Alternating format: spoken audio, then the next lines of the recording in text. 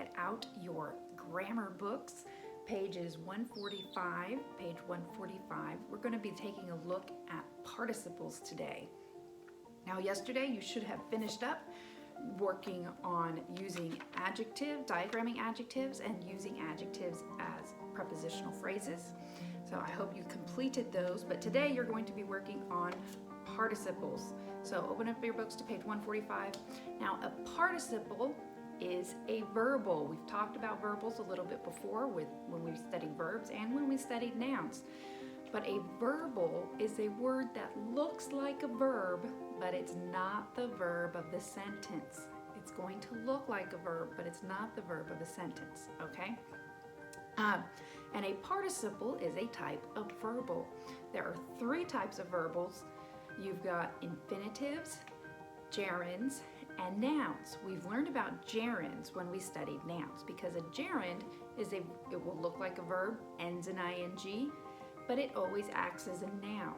Now, a participle is going to be used as an adjective.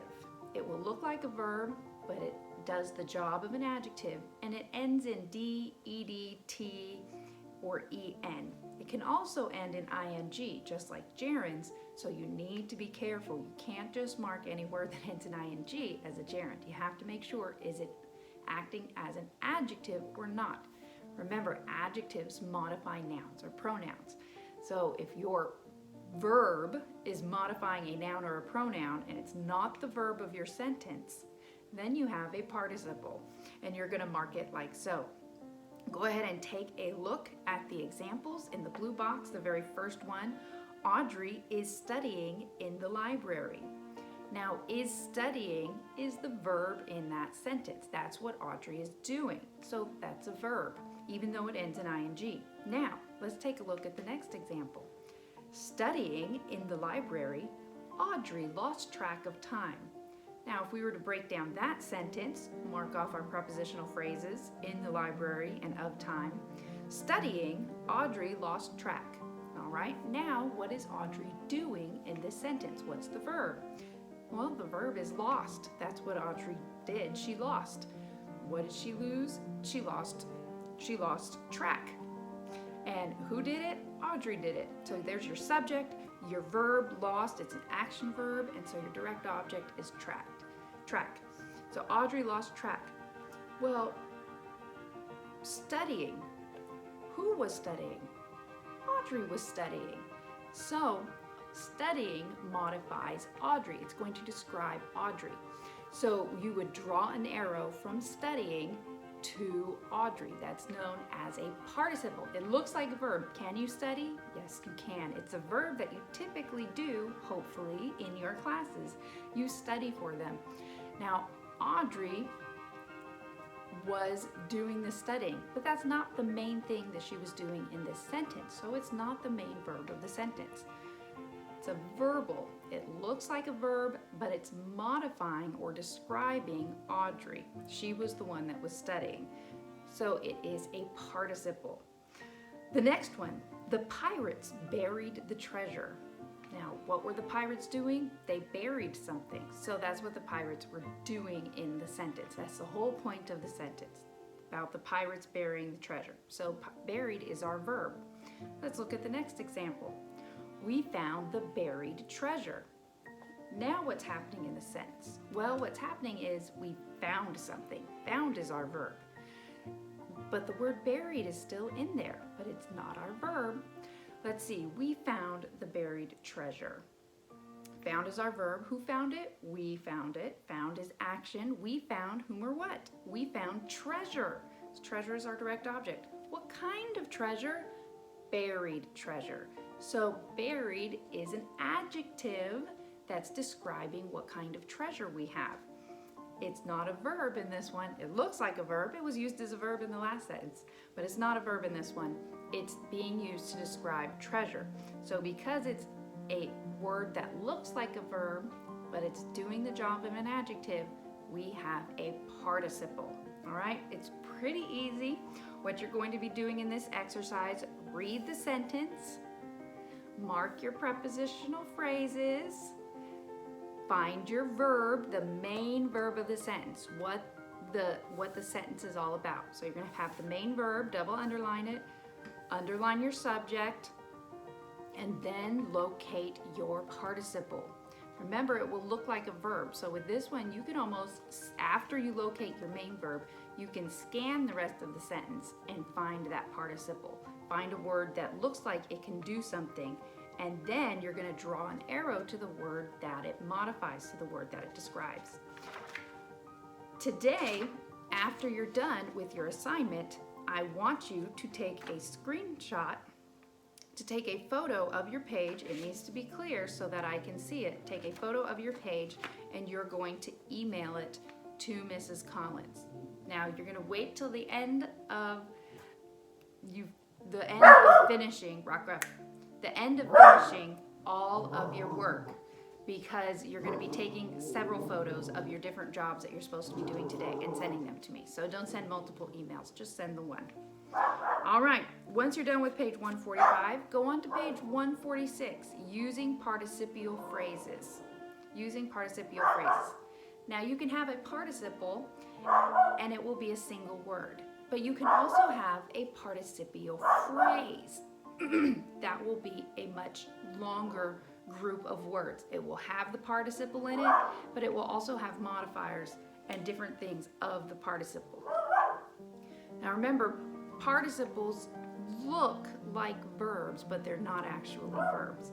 But in a participial phrase, it acts like its own little verb, like its own little king of the kingdom in its own phrase. So a participle in its participial phrase can have complements just like regular verbs do. Regular verbs can have direct objects, indirect objects, predicate nominatives, predicate adjectives. Just like that, a participle can have the same thing in its own phrase. So let's take a look at the very first example. Handing Bryson the present, Mom smiled broadly. All right, what's happening in this sentence is smiled. Mom smiled. So smiled is our verb. Who smiled? Mom is our subject. Mom smiled, Mom smiled. How broadly is our adverb, but we're studying adverbs in the next unit. So what is happening? What is Mom doing besides smiling? What is being used to describe Mom? Handing Bryson the present. That whole thing is your participial phrase. The whole thing is your participial phrase. So you'll mark the whole thing in parentheses, or you can box it, handing Bryson the present. Which one of those is your participle? Well, it's handing. That's the one that is acting, looks like a verb. Who's handing? Mom is the one that is handing. So that's your participle. Now, just take a look at your participial phrase. Ignore everything else. If you look at handing Bryson the present, handing, if it was a verb, what kind of verb would it be? Action or linking? It's an action verb. So let's finish our questions just like if we were doing it for a normal action verb. Handing. Handing whom or what? She was handing the present. She was handing the present. Did you say Bryson? I hope you didn't say Bryson, because she didn't take Bryson and say, here's Bryson, take him. No, she's not handing Bryson. She's handing the present. To whom? To Bryson. All right, so Bryson is our indirect object. So you would put D-O and I-O over the top of those. And you do need to know how to mark these because it's going to be important tomorrow for diagramming them. All right, let's take a look at the next one. Smiling broadly, Mom handed Bryson the present. We flipped it around. You can do that. What's happening in this sentence?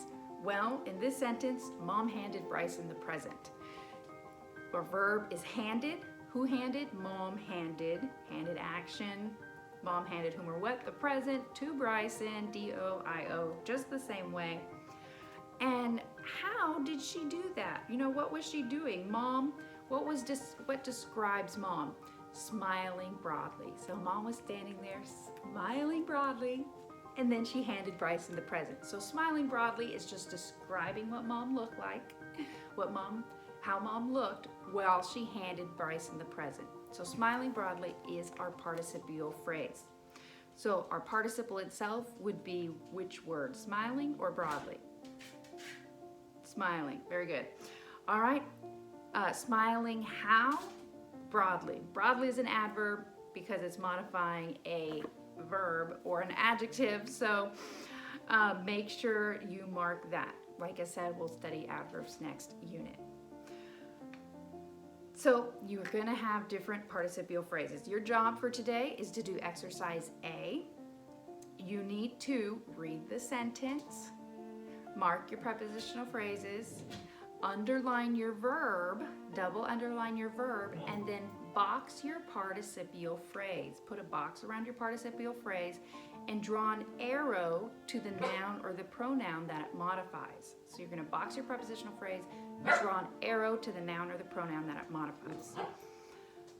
Eventually, when you get used to locating participles, it's going to move up to step 2 in your sentence process. When you read the sentence and mark prepositional phrases, you're also going to mark any kinds of participial phrases or gerund phrases as well, because you'll be used to finding them. So, class, once you're done, take a picture of your page and get it ready for the email to send to me, because I'm going to be looking those over, and I'm going to be, this one will not be graded, but eventually some of them I may grade and some of them I may not. So you never know, always do the best job that you can. If you're having trouble with any of these exercises, message me, give me a call, message me on Facebook, message me on My School Works, and let me know so that I can give you a hand. All right, your grammar, that was all for your grammar for today. Your literature exercises for today is page, oh, I lost it. I think it's page 286 to 290. So you're going to be reading pages 286 to 290. Answer the questions at the end. Highlight your work like you're supposed to be doing, just as if you were in class and having it for Mrs. Collins.